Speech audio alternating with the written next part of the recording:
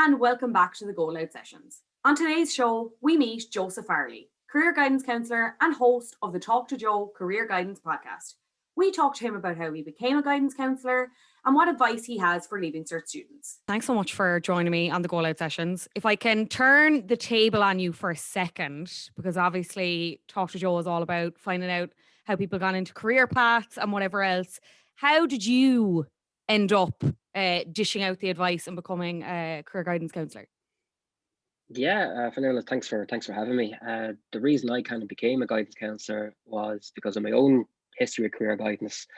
I had a guidance counsellor who was male back when I was doing my Leaving Cert and going through the whole process of deciding what I wanted to do and not kind of having a clue how to go. And I was the first kind of person in my house to go to college. We just needed all the advice, all the help I could get. And I actually ended up missing out on my first choice by 5 points, which was actually marketing. And I always thought I'd either end up being a teacher or in sales. And I've always liked working with people and ended up going to Carlow College, St. Pat's, doing an undergrad in humanities. Did that for 4 years. And then I entered into the student union. I was lucky enough to kind of be SU president for a year and went and did my HTIP in Trinity College in English and Religion. Worked as a teacher for 2-3 years, but I've always kind of wanted to go into career guidance. I've always had a kind of passion for mental health, and I love seeing people kind of get where they want to go or giving options to people who might have thought they'd options before.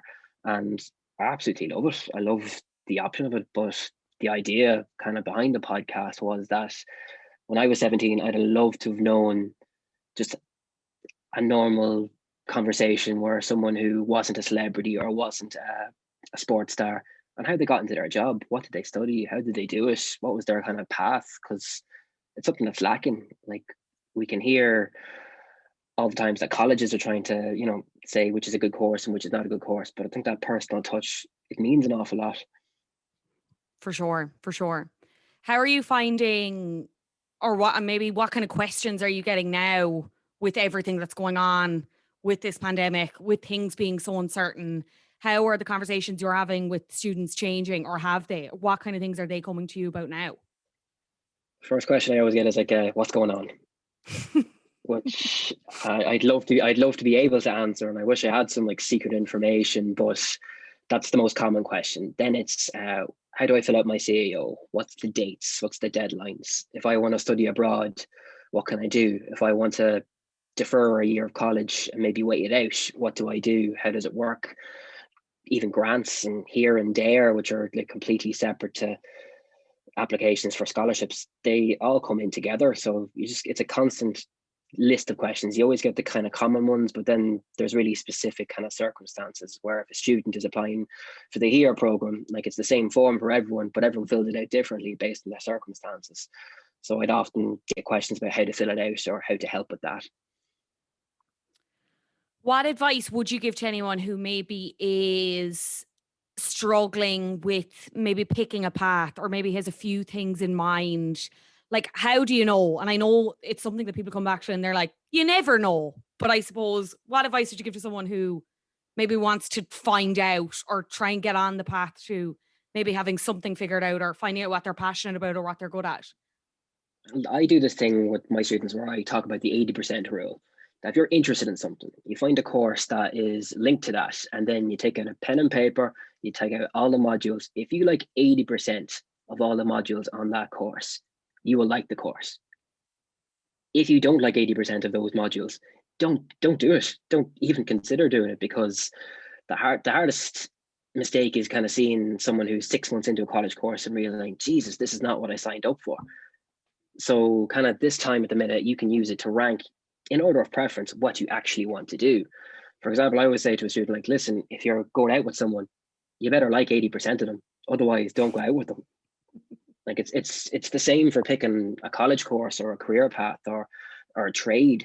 Like, we often kind of have students who will go for a trade who have not really got the biggest interest in school, but they don't realize that a trade or going to do an apprenticeship is an education plan and program in itself. Like, you get the qualifications. And sometimes that's kind of forgotten about. Do you think the kind of attitude towards education and like life paths is changing in terms of, I think there was like, obviously like there's a huge emphasis on education and whatever, but I feel like people are kind of coming around to the fact that, you know, like it's definitely not one size fits all when it comes to people and careers and what they want to do. Do you think that's changing? Are you finding that's changing from the conversations you've had? Or is there still kind of a stigma for students who are like, listen, I don't want to do this. I really want to do this. I'm really interested in it and I'm going to do this come hell or high water? Or is it kind of a mix of both? It's a mix of both. Like there's definitely a kind of society expectation that you go to school, then you go to college, then you get a job, which is not the case for everybody. And there's that pressure where if a student says, well, maybe I want to go travel, I want to go see some stuff before I do anything, where they're kind of thought of as weird or that's strange. But it's not. Like everyone's education's preferences should be different. It's everyone's choice to decide what they want to study. And I just tell students there's no race. Like, for example, for the CAO, there's two separate, like there's your level 8s, your level 6 and 7s.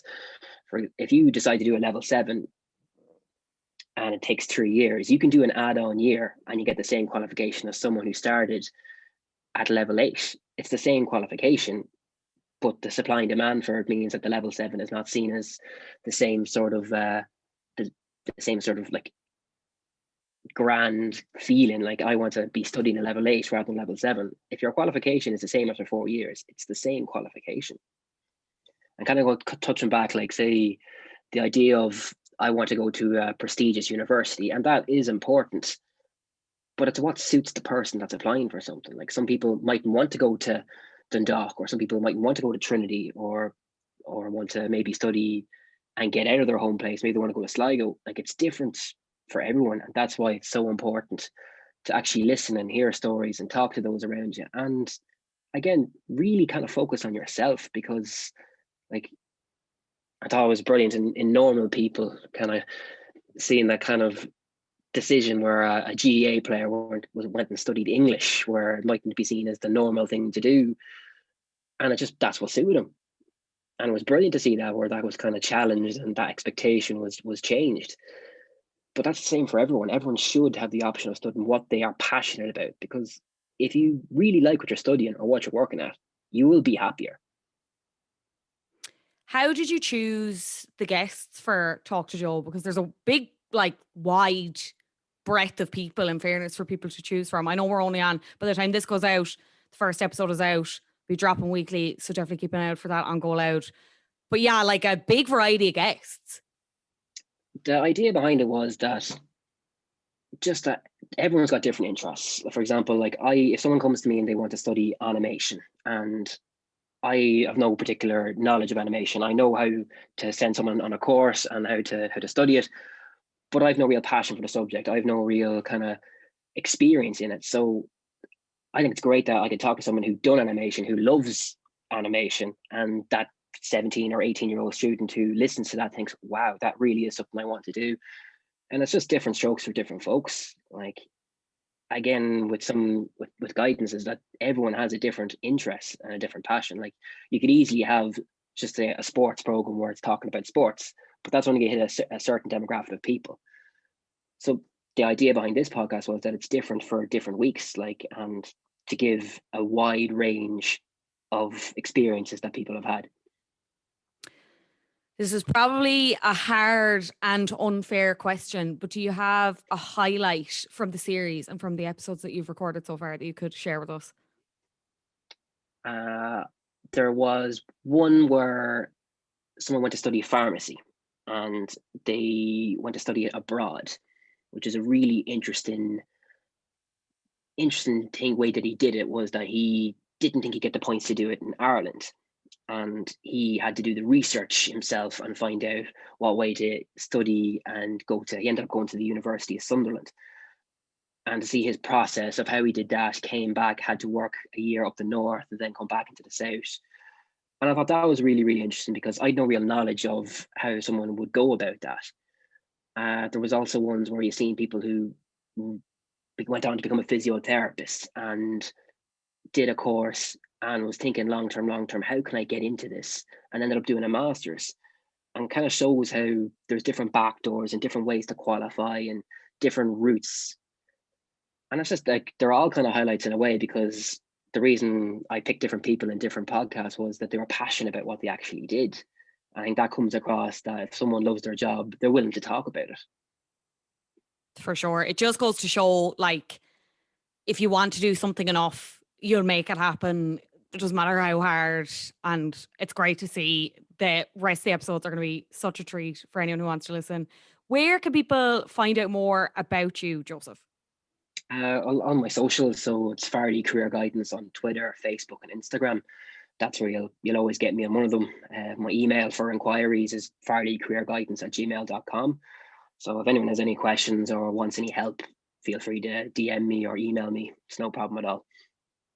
Joseph Farrelly, host of Talk to Joe, the Career Guidance podcast. Thank you so much for chatting to me on the GoLoud Sessions. Cheers, Fiona. Thank you for having me.